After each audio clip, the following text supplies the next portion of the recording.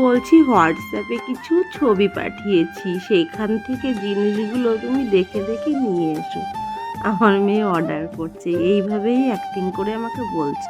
কোথাও যদি আমি কিংবা ওর পাপা যায় তাহলে এভাবেই ওরা হোয়াটসঅ্যাপে লিখে লিখে দেয়, সেই জিনিসগুলো ওদের অর্ডার অনুযায়ী আনতে হয় আমাদের।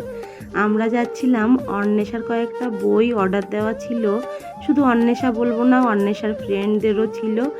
নৃত্যের ক্লাসের সব বান্ধবীদের পরীক্ষা সামনেই, তো বইগুলো আনা দরকার ছিল। আমাদের বাজারে তো অর্ডার দিয়েছি প্রায় 3 সপ্তাহ ধরে, তবে বইগুলো পাওয়া যাচ্ছিল না। দুদিন আগে অন্বেষা অর্জিতা ওদের পাপার সঙ্গে ঘুরতে এসে বই কটা অর্ডার দিয়ে গেছিল।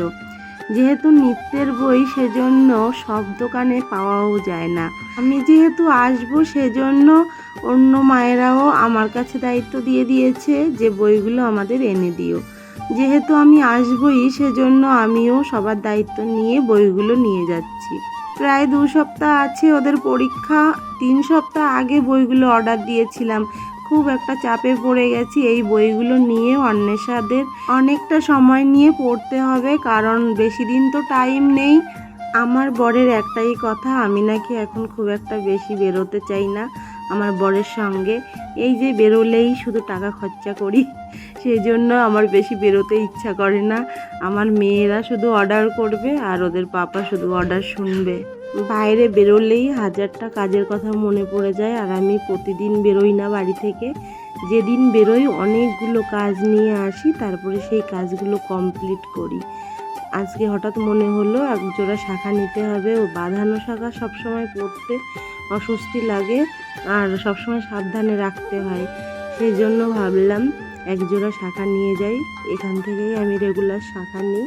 অর্দিতারা অর্ডার করেছিল কাপ কেক বানাবে, সেজন্য white chocolate, coffee cup, biscuit, baking powder, দুধ, আরও অনেক কিছু। সব কিছু হোয়াটসঅ্যাপে লিখে দিয়েছে, সেগুলোই আমরা হেলেঞ্চা থেকে কিছু পেয়েছি। আবার যাচ্ছি বাড়িতে সব কিছু রেখে, তারপরে গেলাম বইগুলো নিয়ে অন্বেষার বান্ধবীদের দিতে। ভাবলাম একবারে দিয়ে আসি, কারণ কয়েকদিন যেহেতু পরীক্ষার আছে, সেজন্য সবারই একটু পড়তে হবে।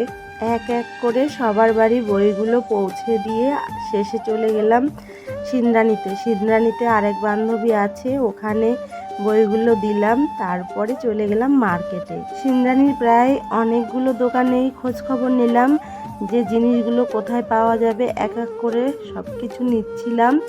তারপরে তালের শ্বাস পেলাম, তালের শ্বাস নিচ্ছিলাম। এই বছর প্রথম তালের শ্বাস খাচ্ছি। তাল শ্বাস আমার ভীষণ প্রিয় একটি খাবার, সঙ্গে আবার অদ্রিতারও প্রিয় হয়ে গেছে। আমার বর তো বাজার থেকে এই খাবারটা প্রায় নিয়ে যায়, এবছর নেয়নি। এই যে আমরা দুজনে একসঙ্গে নিয়ে যাচ্ছি।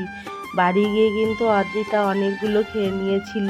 এবার আরেকটি দোকান থেকে কফি কাপটাও নিয়ে নিলাম। তারপরে হোয়াইট চকলেট তো কোথাও পেলাম না। আর একটি দোকান থেকে ক্যারামেল সিরাপ নিলাম।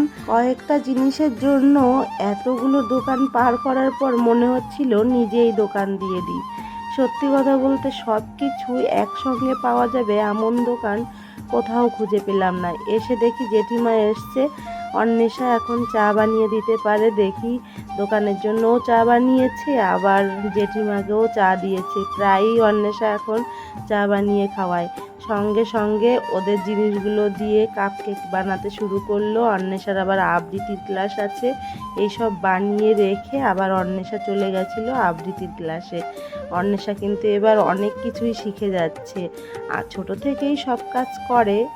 দেখো আমি শাঁখাটা পরে নিয়েছি, কেমন লাগছে জানিও।